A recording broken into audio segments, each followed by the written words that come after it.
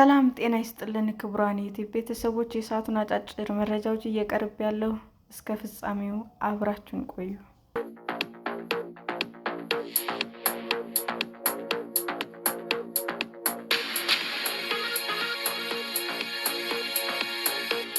መሪዎቿ እየተገደሉባት ባለበት ጸንቶ የቀጠለው የኢራን ጦርነት ወቅት አመራር የተዋቀረው እንዴት ነው? በኢራን በኩል በፕሬዝዳንት ዶናልድ ትራምፕ አስተዳደር ጋር ድርድር እያደረጉ ያሉት የሀገሪቱ ፓርላማ አፈ ጉባኤ መሐመድ ጋሊባፍ መሆናቸው ሲገለጽ ቆይቷል። ይህም ኢራን ጠቅላይ መሪዋ አያቶላህ አሊ ካሚኒ ከተገደሉ በኋላ ማን ያስተዳድራት ነው የሚል ጥያቄ አጭሯል።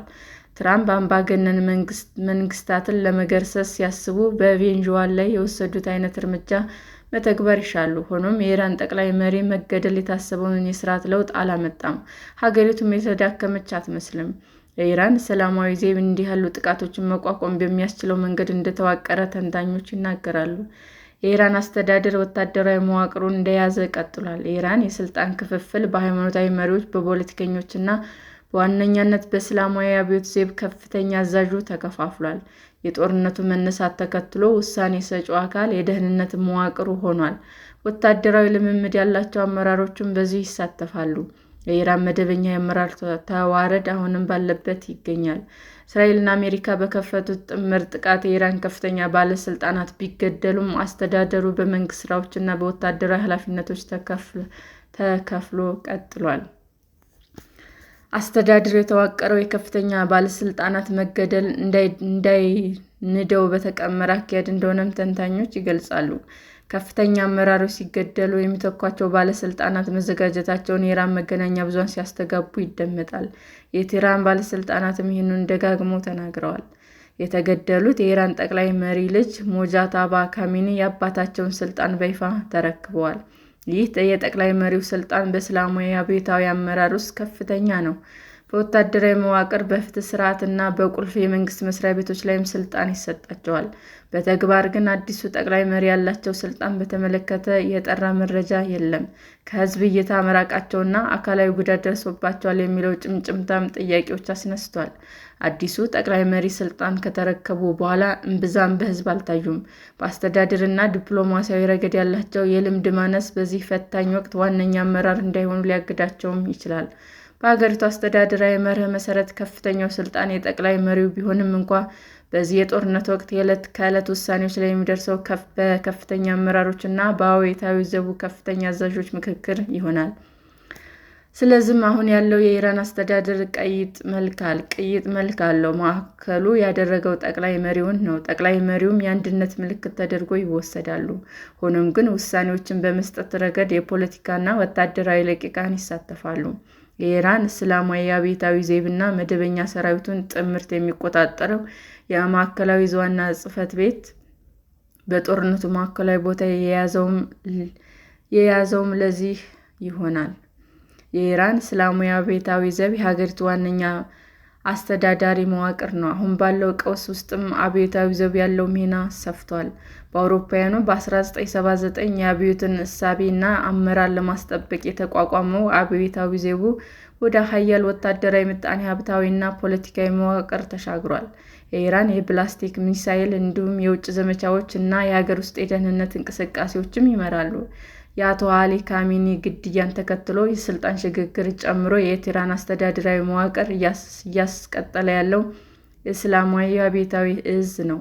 በአዲሱ ጠቅላይ መሪ ሹመት ውስጥም ቁልፍ ሚና እንዳለው ተንታኞች ይገልጻሉ። ከዚህ ቀደም በነበረው አሰራር መሰረት የኢራን ጠቅላይ መሪ ይፋዊ የመንግስት ስልጣን ባይኖራቸውም ከአብዮታዊ ዘብ ጋር የቅርብ ትስስር አላቸው። በተለይ ከጦርነቱና ቀጠናዊ ፖሊሲ ጋር የተያያዙ ስትራቴጂካዊ ውሳኔዎች ላይ የሚደርሰው አብዮታዊ ዘብ አማካኝነት ነው። የእስላማዊ አብዮታዊ ዘቡ የቀድሞና የአሁኑ አዛዥ በመላው ሀገሪቱ በምክር ቤት፣ በደህንነት መዋቅሮች እና በቀጠናዊ መንግስት መስሪያ ቤቶች ውስጥም ተጽዕኖ ፈጣሪ ናቸው። ይህ የሚከናወነው በአንድ ሰው ሳይሆን በከፍተኛ ባለስልጣናት እና ደጋፊዎቻቸው በሆኑ ፖለቲከኞች መዋቅር ውስጥ ነው። የኢራን አፈ ጉባኤ መሐመድ የዚህ መዋቅር አንድ አካል ናቸው። የኢራን እስላማዊ አብዮት ዘብ እያደረገ ያለው ተጽዕኖ ፈጣሪነት ከመዋቅሩ አሰራር ጋር የሚያያዝ ነው። የአገሪቱ ከፍተኛ አመራሮች እየተገደሉና የጥቃት ኢላማ እየሆኑም አስተዳደሩ መቀጠል በሚችልበት መንገድ ነው የተዋቀረው። መስዋዕት የሆኑ አመራሮች በሌሎች ባለስልጣናት በመተካት ወደፊት እየቀጠለ ይገኛል። በዚህ መዋቅር ውስጥ የኢራን እስላማዊ አብዮታዊ ዘብ ማዕከላዊ ሚናውን ይዞ ከመጋረጃ ጀርባ ዋነኛ ውሳኔዎችን ያስተላልፋል። ከኢራን አፈ ጉባኤ መሐመድ በቴህራን በሕይወት ከሚገኙ ዋነኛ ፖለቲካ መዋቅር አባላት መካከል አንዱ ናቸው። ከአሁኑ ጦርነት በፊት በተካሄደው የ12 ቀናት የኢራንና የእስራኤል ግጭት የቴህራን ከፍተኛ አመራሮች መገደላቸው ይታወሳል። አፈ ጉባኤውም በወታደራዊ እንዲሁም በሲቪል አመራር ውስጥም ቁልፍ ሚና ያላቸው ናቸው። ባለፉት 40 ዓመታትም በፖለቲካና በደህንነት ከፍተኛ መሪነት ሰርተዋል። በአውሮፓውያኑ ከ1994 እስከ 2000 የኢራን እስላማዊ አብዮታዊ ዘብ መሪ ነበሩ። ከ2000 እስከ 2005 ደግሞ የፖሊስ ኃላፊ ሆነው ሰርተዋል። በ2020 አፈ ጉባኤ ከመሆናቸው አስቀድሞ ከ2005 እስከ 2017 ድረስ የቴህራን ከንቲባ ነበሩ። ዋና ከተማዋንም ለረዥም ጊዜ ያስተዳደሩ መሪ ናቸው። በአውሮፓውያኑ 2005 ለፕሬዝዳንት ተወዳድረው 13.8 በመቶ ድምፅ በማግኘት በአራተኛ ደረጃ አጠናቀዋል። ከዚህ በተጨማሪ 2 ጊዜ ለፕሬዝዳንትነት ተወዳድረው አልተሳካላቸውም። በ2013 ሲወዳደሩም በ16.6 በመቶ ድምፅ ሁለተኛ ሆነዋል። በ2017 ደግሞ ኢብራሂም ራኢሲን በመደገፍ ከእጩነት ራሳቸውን አግለዋል። በምርጫውም ያሸነፉት ሐሰን ሩሃኒ ነበሩ። ከተያዘለት ጊዜ ቀድሞ በ2024 በተካሄደው ምርጫ ማሱድ ፔዜሽኪያንን ሲያሸንፉ መሐመድ ባጋር ጋሊባፉ በሦስተኛነት አጠናቀዋል። ህዝባዊ ተቃውሞዎችን በማፈን የሚታወቅ ሲሆን ይህም የ1999 የተማሪዎች ንቅናቄን ይጨምራል። በሌላ በኩል የኢራን የምጣኔ ሀብት ችግር መቅረፍ እንደሚችሉ ሲናገሩም ይደመጣሉ። ለረዥም ጊዜ የሙስና ክስ ሲቀርብባቸው ነበር። ሆኖም ግን ጉዳዩ ፍርድ ቤት አልተወሰደም። በ2022 ኢራናውያን በኑሮ ውድነት ሲፈተኑ ቤተሰቦቻቸው ወደ ኢስታንቡል ቅንጡ ጉዞ አድርጓል ተብሎ በማህበራዊ ሚዲያም ሲወገዙ ነበር። አሁን ባለው ቀውስ ውስጥም መካከለኛው መንገድ ላይ እንዳለ ባለስልጣናት ነው የሚቆጠሩት።